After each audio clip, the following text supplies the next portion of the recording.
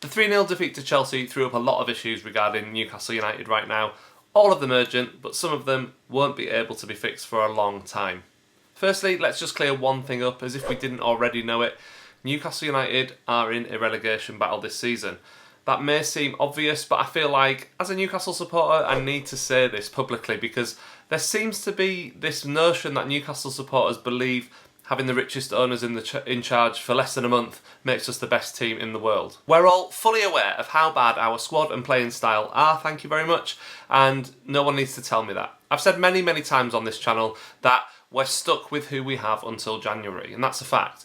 And that causes massive issues. A lot of players in this squad simply aren't up to scratch and should have been removed from the club years ago, but they weren't. And so we have who we have. We are dealing with the monster of all hangovers from the old owner. And to be honest, it may well be that that hangover gets worse before it gets better. His final gift to the club could well be a third relegation caused by his incompetence. The on-field limitations and issues we've known are there for the past 2 years are finally catching up with us. And of course, the man whose fault it is enjoying his multi-million-pound settlement watching cricket in Dubai. Meanwhile, back in Newcastle, we're left with the mess. And what a mess it is. The question is, can we make a team be better than the sum of its parts? We were never going to beat Chelsea. And so the result itself from the weekend is what it is. Nobody is really concerned about losing that match. But I think a lot of fans are concerned about the way we approached and lost that match. For me, I think we did look a lot more organised defensively and frustrated Chelsea for quite a long time, without ever attacking them. And after half-time, Chelsea stepped it up a notch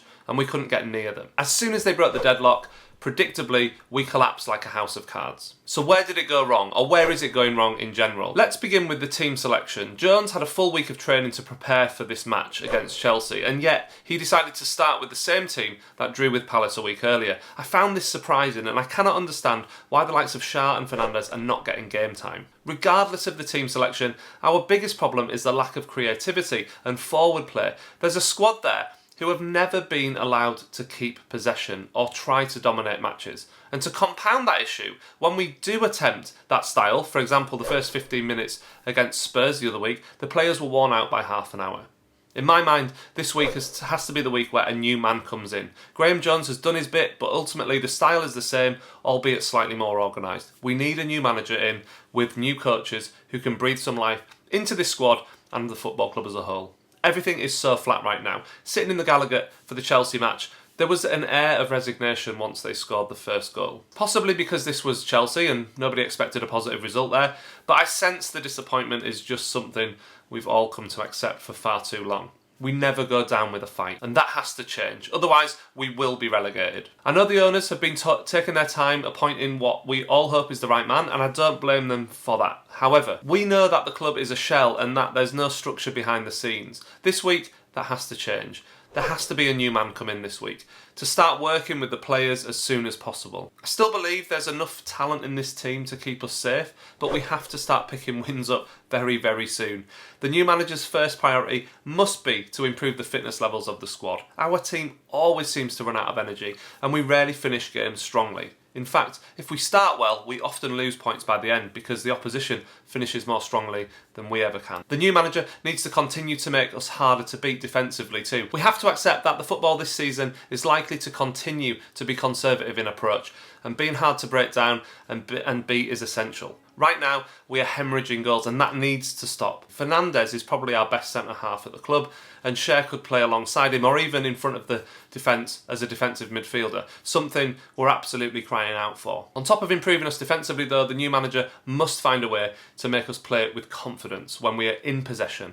And that means improving our link-up play between defence and attack. This is our biggest weakness, and the byproduct of which is conceding lots of goals. Our players don't retain possession well, they don't attack with purpose very well, and to be honest, we don't attack enough at all. These things must change if we are to survive this season.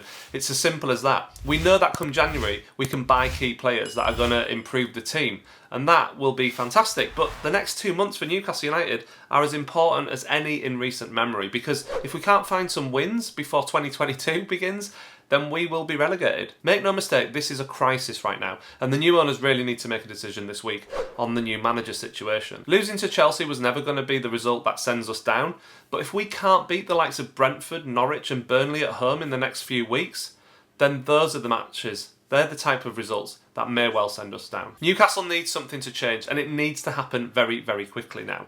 Otherwise, we'll be the richest club in the Championship, and the whole plan to rebuild this club will be set back at least 2 years. Change needs to come, and it needs to come now. Thank you for watching this video. If you've enjoyed it, please hit the like button and consider subscribing too, and I'll see you really soon for another video.